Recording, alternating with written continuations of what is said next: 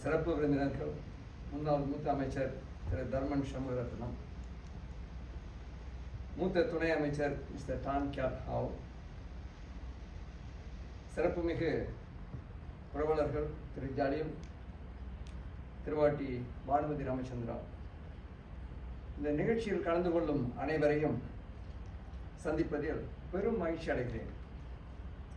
இந்த நூல் வெளிவர பலர் பாடுபட்டனர்.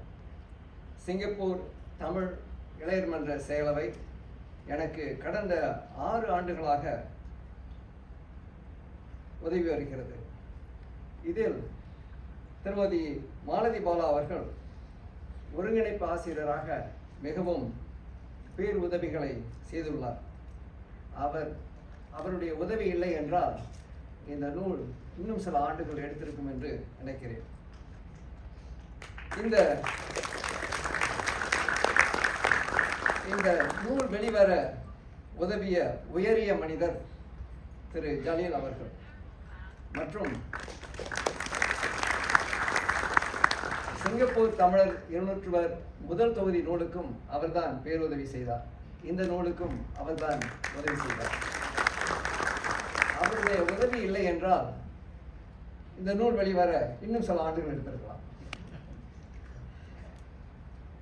அதே போல எங்களுடைய தலைமை புரவலர் திருமதி பானுமதி ராமச்சந்திரா அவர்கள், அவருடைய கணவர் முதலில் எங்களுடைய புரவலராக இருந்தார்.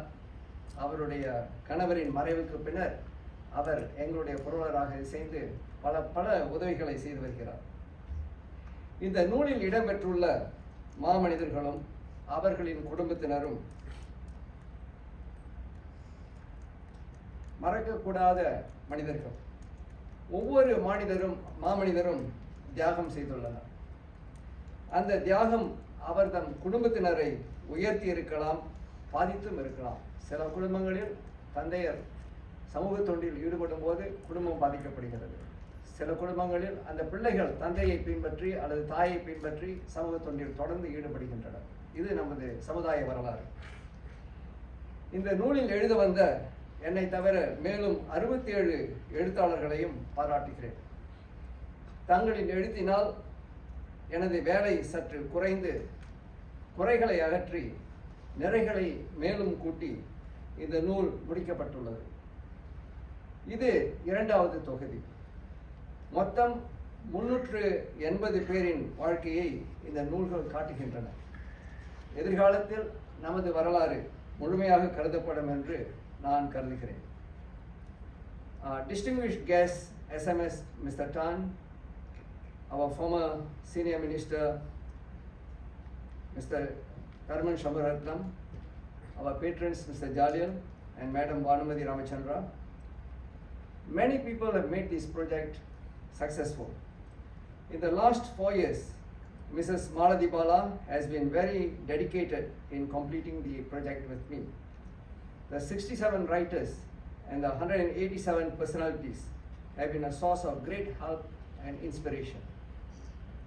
I will just share a story from Singapore. This is Singapore's story. In 1919, about 104 years ago, some people were concerned that Singapore was celebrating 100 years. Singapore was thought to be 100 years old. Sir Stamford Raffles established Singapore as a part of the British East India Company in Calcutta, not in London. The British East India Company headquarters was in Calcutta. And that is, Calcutta is now of course in modern day India. Later we would become the state settlements with Malacca and Penang. In 1867, the rule from Calcutta was transferred to Britain. This is our history. In 1919, that is 104 years ago, 3 men, Walter Makepeace, Dr. Gilbert Brooke, Roland Braddow, published the 100 years of Singapore from 6th February 1819 to 6th February 1919. That was 104 years ago. At that time, we had no intellectuals. In fact, the book complains that Singapore had no cultured class, அதாவது பண்பாடு உள்ள சமுதாயம். no cultured class with ample leisure to write anything like 100 years of Singapore. That's the lament of the three writers of the book. They also published a volume 2, like today's book, volume 2. They also published 2 volumes. In that book, in the 100 years of Singapore 1919, there was one Mr. Song Ong Siang, who wrote a chapter on the Chinese in Singapore. He lived in Singapore from 1871 to 1941. Later, he became very famous and he was called Sir Song Ong Siang. Sir is a big title those days.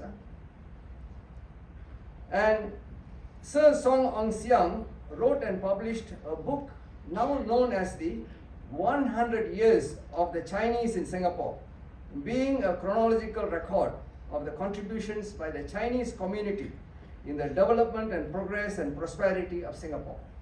This is 104 years ago. Sir Song wrote this book in English also. All 3 books are great to know the Singapore story. I've learned a lot from these 3 volumes. But no books on Indians in Singapore.